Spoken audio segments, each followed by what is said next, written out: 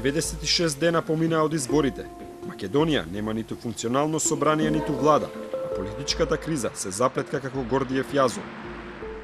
Од осамостојувањето во 91-та, кога дури 4 месеци пројде од избори до формирање на влада, граѓаните не паметат друг случај кога се чекало толку долго клучните институции да профункционираат. Во сите други случаи, процесот за формирање на влада и ново собрание вообичаено траел меѓу 30 до 50 дена од изборите. Граѓаните веќе заборавија дека последните парламентарни избори се одржаа на 11 декември лани. 3 месеци од тогаш нема изгледи дека ситуацијата наскоро ќе се реши. Еден од најбрзите трансфери на власта за помалку од месец дена имаше по парламентарните избори во 98-та. Вториот круг се одржа на 1 ноември, а веќе на 22 ноември старите министри на СДСМ дадоа оставки. На 30 ноември стапува на функција новиот премиер Лјупчо Ѓорѓиевски, чија партија ВМРО-ДПМН како победничка партија на изборите формираше коалициска влада со Демократска алтернатива и ДПА.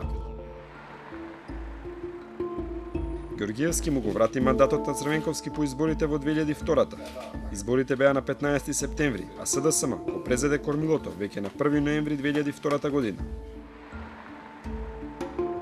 Парламентарните избори во 2006-та се одржаа на 5 јули. Груевски на 28 јули доби мандат од председателот Црвенковски.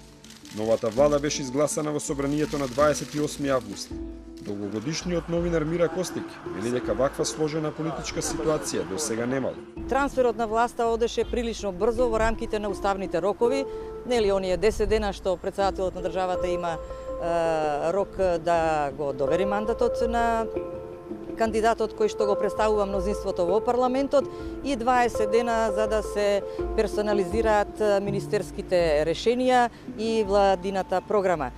Сега имаме навистина мощна невообичаена ситуација и ситуација која што практично ја блокира работата на законодавниот дом, бидејќи еве 3 месеци собранието е во лер, не работи. Таа го гледа решението во почитувањето на волјата на гласачите.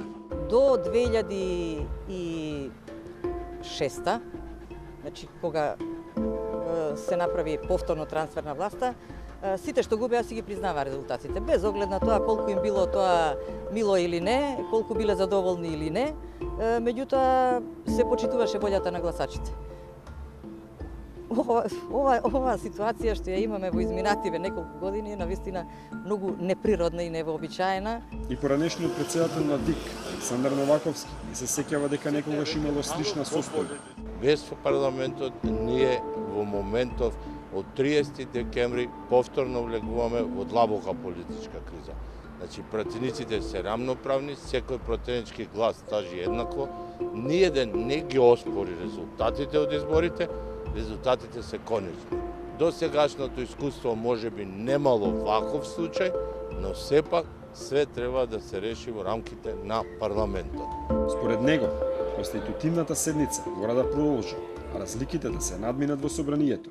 Доколку парламентот продолжи да не функционира, ние навлеговме во една друга криза, во која и локалните избори веќе се доведени во прашања и доведени се сите други случаи кои се овдека во моментов одвиваат.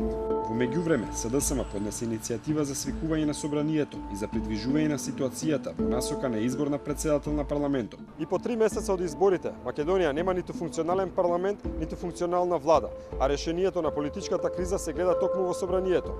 Токму затоа СДСМ поднесе иницијатива за продолжување на конститутивната седница од 30 декември минатата година.